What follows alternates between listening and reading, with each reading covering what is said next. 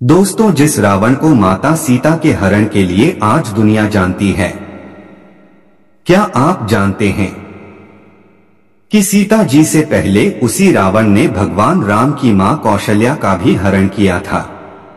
आइए जानते हैं उस घटना से जुड़ी एक बेहद हैरान करने वाली पौराणिक कथा के बारे में। कौशल देश की राजकुमारी थी कौशल्या। मान्यता अनुसार त्रेतायुग के समय कौशल देश हुआ करता था, जिसके राजा थे कौशल।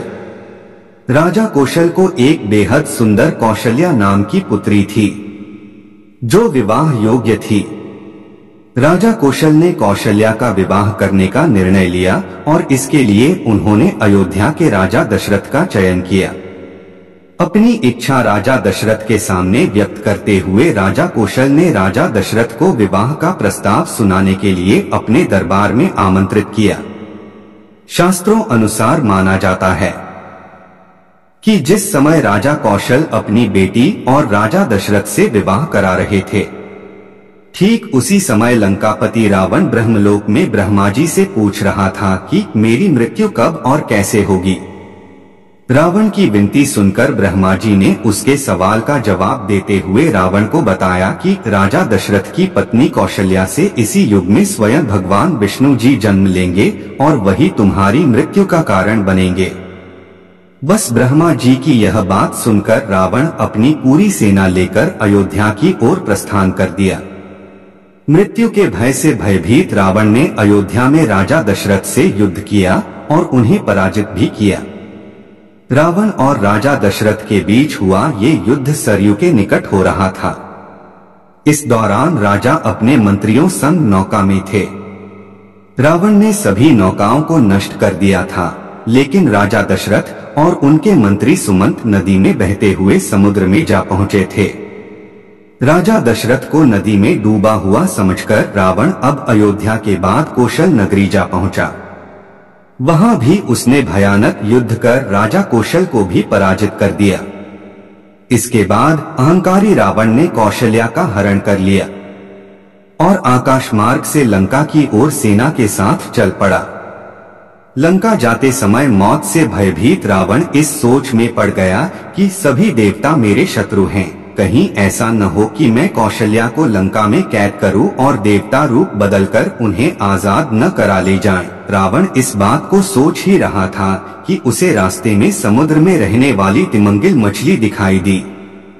फिर रावण ने कौशल्या को उसी तिमिंगिल मछली का निवाला बनाने का फैसला किया, जिसके बाद रावण ने पहले कौशल्या को एक संदूक में बंद किया और फिर उसी मछली को सौंप दिया और स्वयं अपनी सेना के साथ लंका लौट गया। मछली संदूक लेकर समुद्र में घूमने लगी। तभी अचानक तिमिंगिल मछली के सामने एक अन्य मछली आई और दोनों के बीच संदूक को लेकर युद्ध होने लगा। इसी दौरान संदूक समुद्र चला गया। उसी समय राजा दशरथ भी अपने मंत्री के साथ बहते हुए नदी के मार्ग से समुद्र में पहुंचे। वहां उनकी दृष्टि उसी संदूक पर पड़ी। उन्होंने जब संदूक खोला तो उसमें से कौशल्या निकली और उन्होंने राजा से अपनी आपबीती सुनाई। राजा और मंत्री दोनों ही कौशल्या को उस हालत में देखकर आश्चर्यचकित हो गए थे।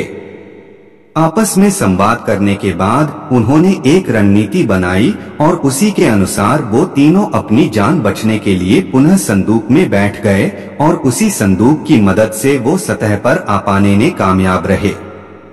अहंकारी रावण राजा दशरथ को डुबाकर और कौशल्या को संदूक में छिपाकर बहुत खुश था। उसे लगा कि उसकी मृत्यु का कारण बनने वाले दोनों लोग अब नहीं रहेंगे, तो उसकी मृत्यु भी नहीं हो सकेगी और वो अमर बन जाएगा। लेकिन वो इस बात से पूरी तरह अनजान था कि जिन्हें वो मरा हुआ समझ रहा है, असल में वो दोनों ही जीवित है। माना जाता है कि राजा दशरथ और कौशल्या के विवाह से ही भगवान विष्णु ने श्री राम के रूप में जन्म लिया था, जो आगे चलकर रावण की मौत का कारण बने थे। दोस्तों, वीडियो पसंद आई हो तो वीडियो को लाइक, चैनल को सब्सक्राइब करें और कमेंट बॉक्स में जय श्री राम जरूर लिखें।